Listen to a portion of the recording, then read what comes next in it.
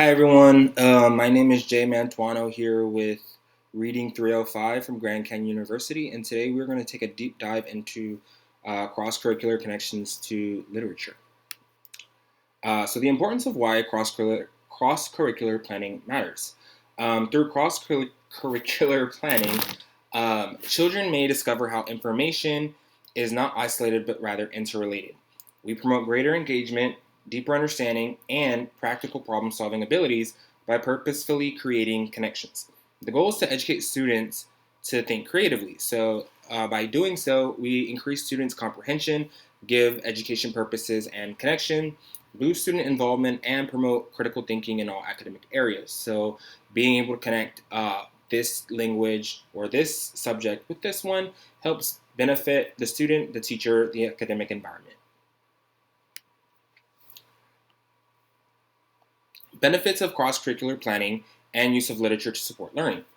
We may integrate literacy with science, history, and math by utilizing literature in a variety of academic areas.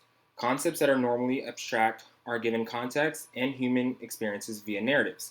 Literature improves vocabulary, comprehension, and perspective taking while still meeting reading standards. So, by doing so, literature puts abstract ideas in context, it enhances literacy in all subject areas, encourages empathy and a variety of viewpoints, and supports the reading by requirement set by the state. Doing so, one of the biggest things in life a student needs to know how to do is read and write. And so, with any language or any subject that they're taking, reading and writing always comes into play, even if it's reading a math problem, understanding a science equation, or reading back on the history and the culture of, a specific state or country that they live in. Grades K through 3 cross curricular planning. So students learn best when told tales in the early grades. Early readers and picture books can easily relate to social studies and scientific subjects. For instance, a straightforward nonfiction piece on clouds combined with a tale about the weather. Finding a balance between exposure to rich information and the development of reading skills is the problem. So when students in grades K through 3 are going through cross-curricular planning, a focus on picture books and narratives are best because children learn by looking at pictures. You can combine science and social studies with reading. So, for instance, talking about something that they're going to be learning about in your science curriculum. Combine storytelling with straightforward explanatory sentences. And the difficulty with this is that striking a balance between subject integration and core literacy. So, trying to understand the route in which a student is going to be learning like a science idea or topic versus the actual benefit of reading. So for an example of this, I chose the topic of life cycles, and the literature is The Amazing Life Cycle of Butterflies by Kay Barnum, which is a non-fictional butterfly life cycle book. And so by doing so, students are not only reading, but they're learning the chronological order of the life cycle and utilizing a science observation journal, um, writing down on a daily basis the different life cycles and the life things that happen to butterflies. For cross-curricular planning for grades 4 through 8, um, it is a bit challenging, but ways that you can do so are examining historical events, investigating scientific ideas, or even using arithmetic in practical situations may all be sparked by literature.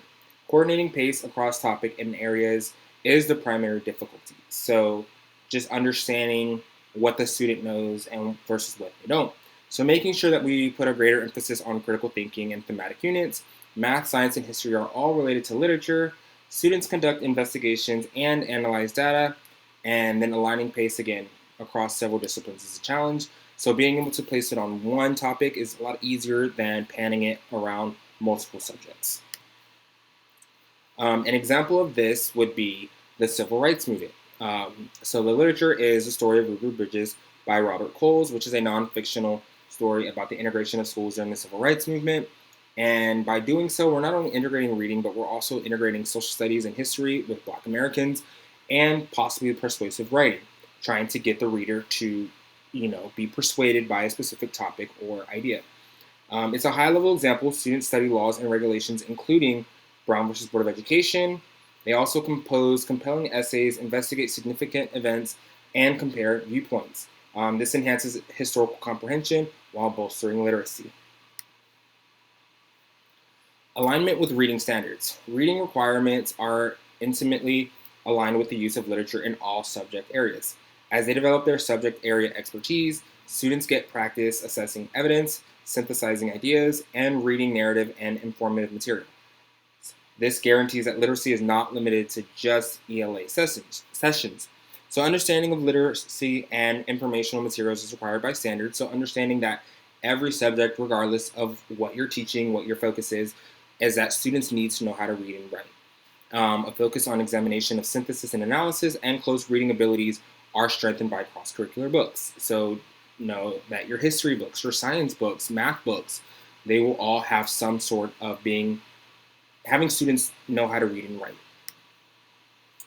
And ways that we can support diverse learners. Differentiated instruction is supported by cross-curricular literature. For English language learners, stories are often context, and expository books help them expand their academic vocabulary. Instructors can provide students with difficult research topics while scaffolding using discussions, illustrations, or simplified materials. So that understanding that all literature offers several ways for entrance and that everyone starts at a different pace. Use a variety of genres such as poetry, fiction, and explanatory text. ELL learners and struggling readers scaffolds and extensions for more experienced students. Thank you.